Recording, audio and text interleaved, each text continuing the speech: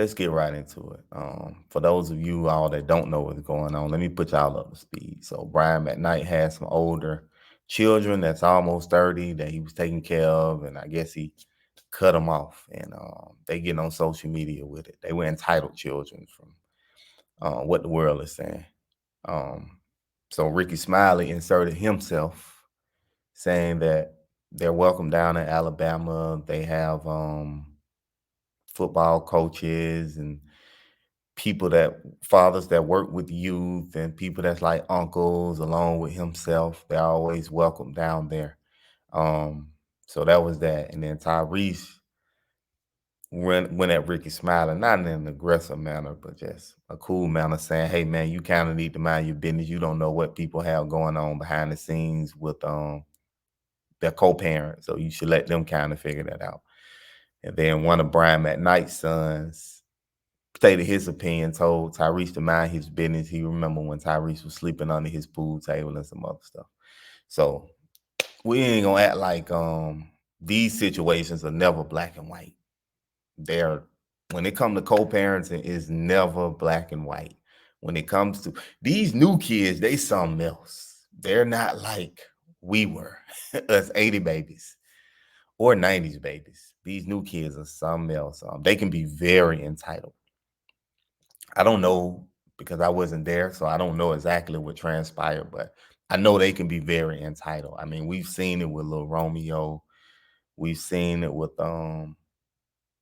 who else? I can't even think of anybody else, but it's been a good number of them that just like when you compare them to where we came from, it's like, dang, bro, so your daddy did all this for you and you still expect more. It just really don't even make sense.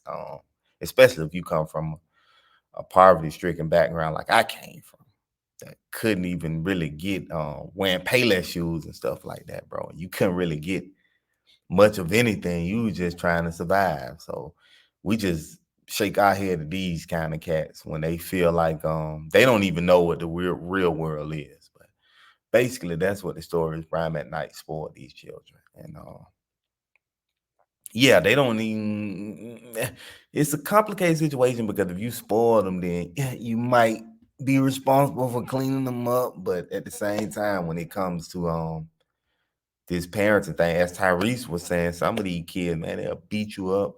They'll beat your spouse up. They'll try to holler at your spouse. You'll go to jail messing around with them. Honestly, 30-year-olds, I don't even know why Ricky Smiley injected. You would think he was talking about like some 5 or 6-year-olds, 30-year-olds, bro. You gotta kind of find your way. I wasn't looking for no support from my dad or my mom at 30, man. I owned my first home at 28. And neither one of them helped me with it. So I had found my own way. I didn't really need much of anything from them. So I don't understand why Ricky Smiley even putting his opinion in that. And then, like Tyree said, you have to be careful when it comes to you don't know what happened. Ladies, nothing against y'all, but we know that sometimes, and this is just not like this is not just an African American thing, because you see Young Jeezy going through it. I don't know if he thought it would be sweet over there or whatever, but you see he going through it. Sometimes people can play games with these kids, man. They can poison these kids. And it can work either way. Some fathers do it too. They can poison these kids and have the kids looking at the other parent as if they're a monster and they crazy. And the saying goes, they'll know the truth when they get older. But sometimes people only, a lot of people live in fairy tale land. This don't even have nothing to do with baby mom, baby dad. It's just period. A lot of people live in fairy tale land, so they ain't even trying to see the truth. You understand? You got to be trying to see it. Some people ain't even trying to see it, so they may not ever know the truth.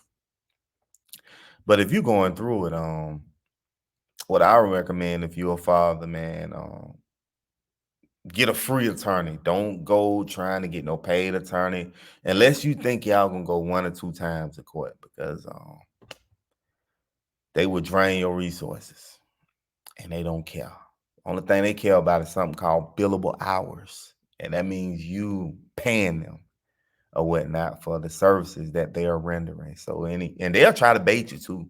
They'll try to bait you to send extra emails. They'll try to bait you prolong your time on the phone.